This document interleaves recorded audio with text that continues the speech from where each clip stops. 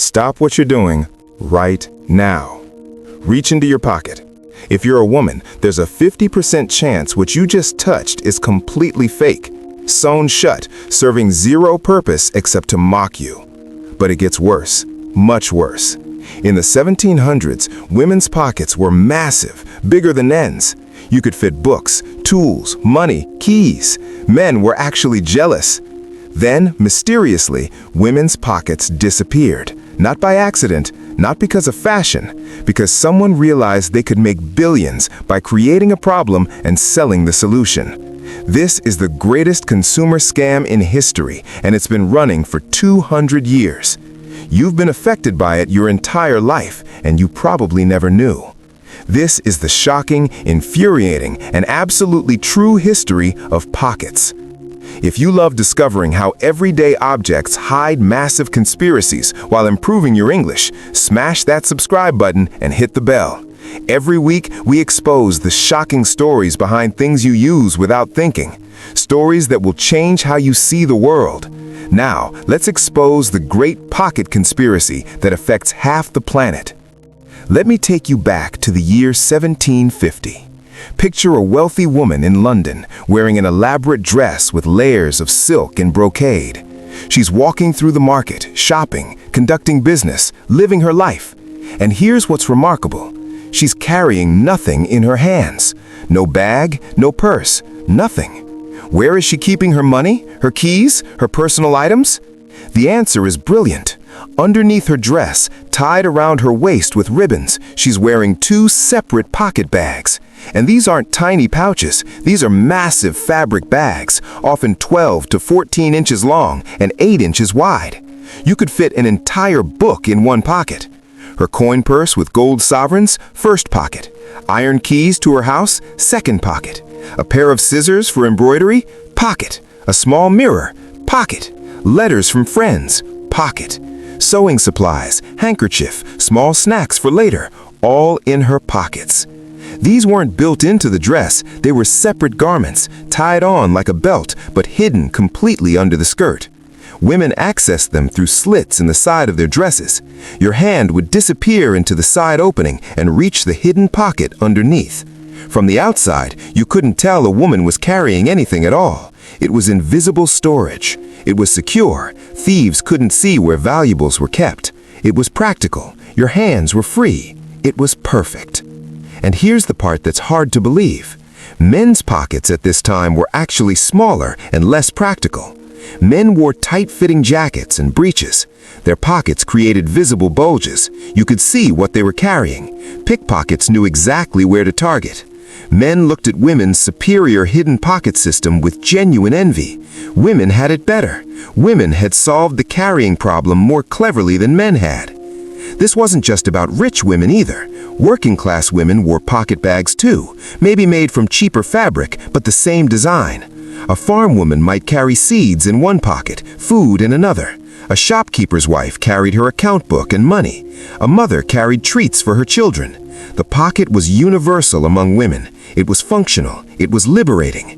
For over 150 years, from roughly 1600 to 1790, women's pockets were superior to men's in almost every way. But here's what makes this story tragic. That superiority, that practical brilliance, it was about to be deliberately destroyed, not by accident, not because of some innocent fashion trend, by a calculated realization that would create one of the most profitable industries in history and leave women paying for it, literally, for the next 200 years. What happened next is where this story turns from interesting history into conspiracy, and the evidence is shocking. The year is 1795. The French Revolution has just changed everything, politically, socially, and fashionally. The old aristocracy, with their elaborate, excessive clothing, has been literally guillotined. The new revolutionary fashion is about simplicity, about classical Greek and Roman ideals, about rejecting the old ways. Enter the empire dress. High-waisted, flowing, made from thin muslin or cotton, simple, elegant, classical, beautiful. and absolutely impossible to wear with the traditional large pocket bags tied around the waist. Try it. Tie a bulging pocket bag around your waist and then put on a thin, form-fitting dress. You'll look like you have strange lumps on your hips. The silhouette is ruined. The dress doesn't hang properly. The whole aesthetic is destroyed. So women faced a choice. Keep your pockets and look unfashionable, or follow fashion and lose your pockets. And fashion won. Women abandoned their practical, superior pocket system. Instead, they carried tiny handbags called reticules, little drawstring pouches, barely big enough for a handkerchief and a few coins. Women themselves mocked these useless bags, calling them ridicules, ridiculous little bags that couldn't hold anything useful. But here's where the story gets sinister. This should have been temporary. Fashion changes.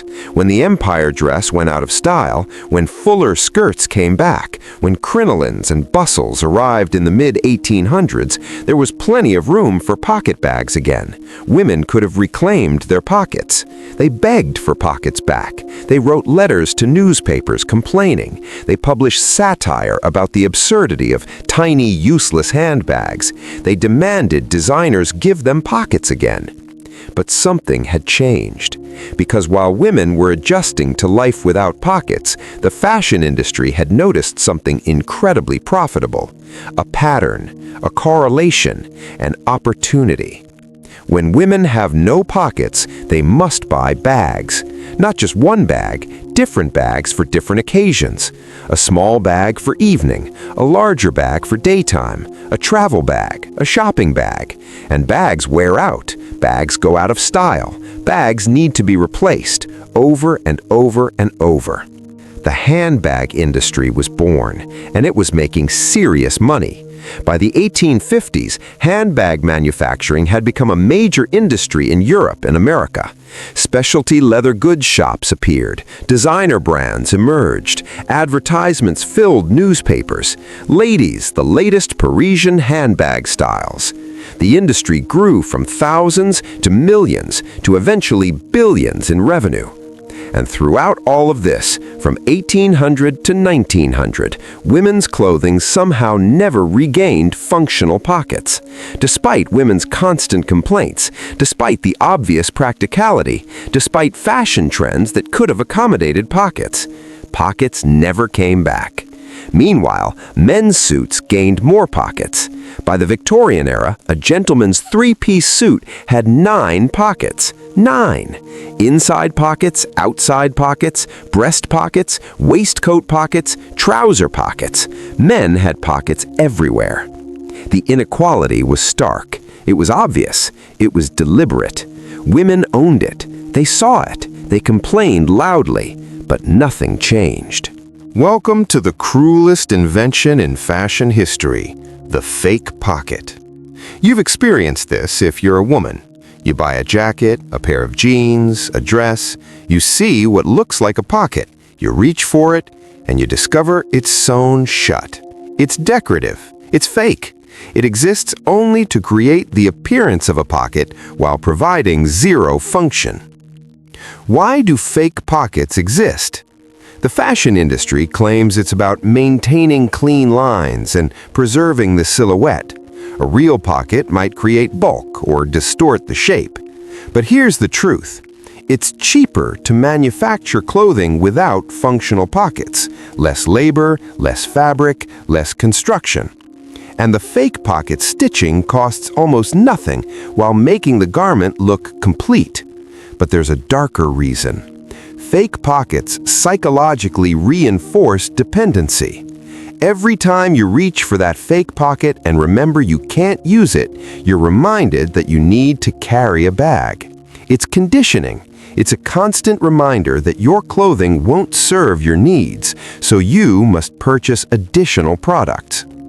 In 2018, researchers actually studied this. They measured pockets in the most popular jeans brands sold in America. The results? Women's front pockets were on average 48% shorter and 6.5% narrower than men's front pockets. They tested whether a standard smartphone would fit. In men's jeans, 100% of phones fit completely, safely in the pocket.